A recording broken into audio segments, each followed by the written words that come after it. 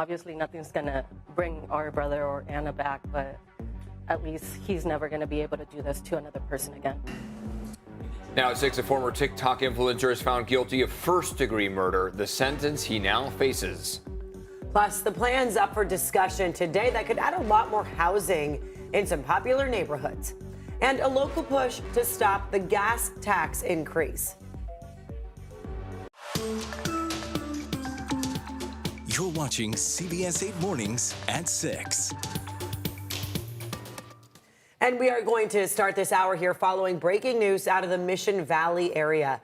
All westbound Interstate 8 lanes near Hotel Circle Drive are getting ready to open back up. This after a deadly crash. California Highway Patrol saying a person died when a box truck rolled over and caught fire. That all happened just before 3 this morning in the westbound lanes at the Hotel Circle Drive off-ramp. Again, all lanes will be back up and open soon. Glad you're with us here at 6:01 on this Thursday. I'm Eric Connert. And I'm Neda Irampour. Let's get a check of your forecast as well. Meteorologist Evan Irani joining us. So what are we dealing with today? More gray out there, unsurprisingly. Are you talking about my hair? All of the above. Because you looked right at my hair, you started talking about gray. It's not just in the sky, evidently. Okay. You and I both have to, stay steady on that. I think there's more gray in the sky, though, right now. Thank you. We are going to expect some sunshine by the afternoon, so that's the hope. But here's the thing, is that between now and about 10 a.m., we are still working with quite a bit of that cloud cover. What we have to emphasize here is that today is a little bit different in that we're slightly warmer today. That's good news if you want more of that summer-like energy out there. And a live look from San Miguel facing south shows the sun is coming up really nicely, but we just have to wait for those clouds to break apart. So we're moving in the right direction. 5:42 was that sunrise, so about 20 minutes ago. Coming up, we'll talk about any changes that we have on the way on your 8-day forecast. Back to you.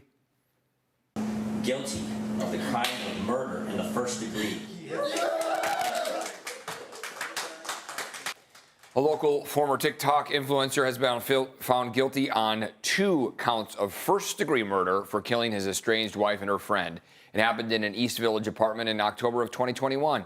Ali Abulaban took the stand in his own defense to try to convince jurors the murders were not premeditated, but he had several outbursts during cross-examination. Anna Abulaban and Ray Barron's friends and family call the verdict justice. Anna was a beautiful person inside and out. She was an amazing mother. She was a great friend. She was the sweetest person I've ever met. He was such a loving person. He was such a gentleman, always nice to everybody. Abulaban will be back in court June 28th for sentencing. He's likely to get life in prison without the possibility of parole. And now the city of San Diego looking to bring more housing to University City and to the Hillcrest area. Later today, the city's planning commission will discuss a proposal to build more high-rise housing in both of those areas. Supporters say that this plan will help fix the housing crisis, but not everyone necessarily agrees with that. CBS 8's Chris Groh live in University City with more details on this proposal here. Chris. Yeah, good morning, Eric and Neda. And high-rise, that is the key point here because, as many people have pointed out, one of the few places left to go is up, especially in neighborhoods that are so dense already, like University City and Hillcrest. Now, as for the numbers that we're seeing here, take a look at your screen. This is the proposal right now as it stands, and the numbers are pretty ambitious. In University City, where we are right now, the plan is to build 30,000 homes by 2050. That would double the neighborhood's population by adding an additional 64,000 people. In Hillcrest, the goal is to add 17,000 homes, but some would be as high as 20 stories tall. That could add roughly 60,000 people to the area when it's all said and done. Now, proponents believe that this is part of the solution to the housing crisis, getting creative, going up here when it comes to building homes. But opponents have been loudly against this. In fact, we've seen a number of protests in the last 2 years. Their concerns range from too much density too soon, limited parking, increased traffic, and school class sizes already plaguing some of these neighborhoods. Others have pointed out that they don't believe the homes will be affordable, thus adding to the problem of the housing crisis and not helping those who are looking for that low to middle income housing. Now, the Planning Commission is going to meet this morning at 9 a.m. This is on the agenda, and that is seemingly the first checkpoint here for both of these neighborhoods and both of these plans that are currently being debated. Eric and Neda. All right, Chris, thank you for that update.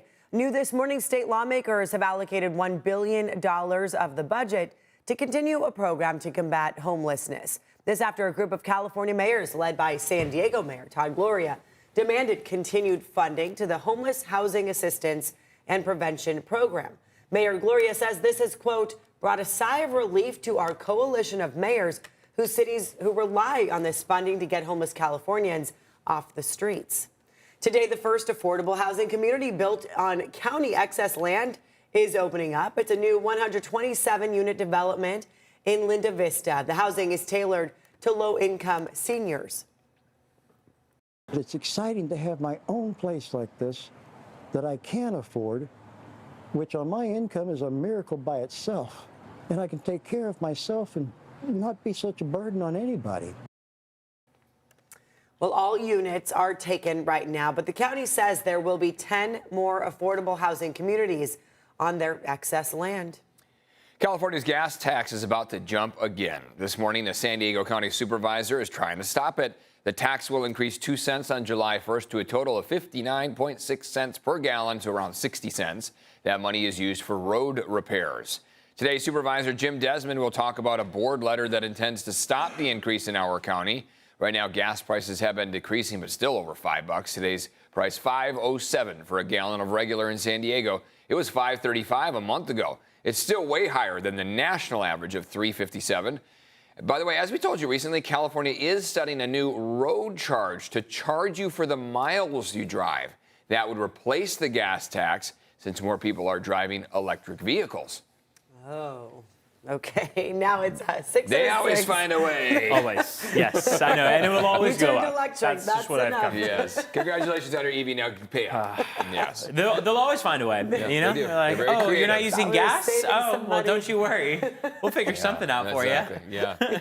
We want to make you all feel included. Right? Oh, yes. That's it. Yes, Yeah. that's what it is. It's another cloudy one out there, unsurprisingly. Yeah, look at This that. is, Coronado out there, overcast skies, and not many indications that these clouds are going to be breaking apart anytime soon. So we do expect to hold on to this dense layer of clouds through at least 9 a.m. And then after 9 a.m., 9, 10, 11 a.m., that's when we start to see that clearing. Farther east you are, the sooner you'll see it. This is a live look from San Miguel. We talked about this just a minute ago. I mean, beautiful up above those clouds, but then looking down on the marine layer, most of us are down below it, and that means that we are pretty much all overcast. 7:51 is that sunset, getting later and later out there. Want to point out that over the last 2 weeks in downtown San Diego, we have not made it above average a single time. So 2 weeks straight of at or below average temperatures, and only one day has been at average. Every other day of the past 2 weeks has been below average. Now, the discrepancy from average to where we've made it each day is not all that much. It's 2, 3,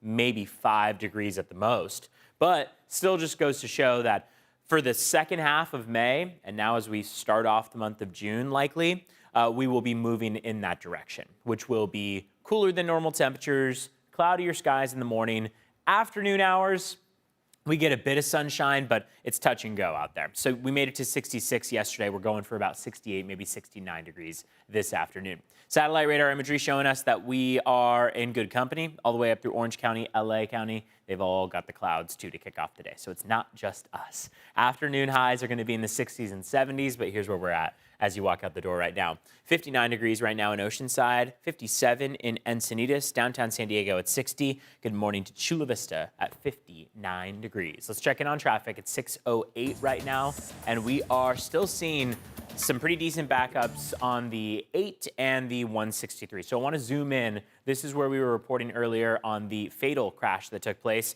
CHP has now reopened the lanes of the 8 freeway, so you can see how there is some congestion in that direction. But what we do still see is pretty heavy congestion going southbound on the 163. This is likely people who were trying to continue on the 8 westbound, but were rerouted. So because we still see that heavy congestion on the 163, we'd encourage you to still avoid the 8 westbound because there is still a lot of traffic in that direction, and CHP hasn't reported that every lane is completely open. So what we would suggest is to get off on the 163 northbound or southbound, or even prior to it on the 805. There were reports that CHP had those warning signs up on the westbound 8 prior to the 805. So that might be a good place to reroute as well, northbound or southbound. Let's check in on your border wait times as well. Right now, 125-minute wait at the San Ysidro Port of Entry. Over 2 hours it's going to take you. Otay Mesa Port of Entry is just over an hour, about an hour 20, hour 25 or so. You'll be waiting across that border there. Back to you.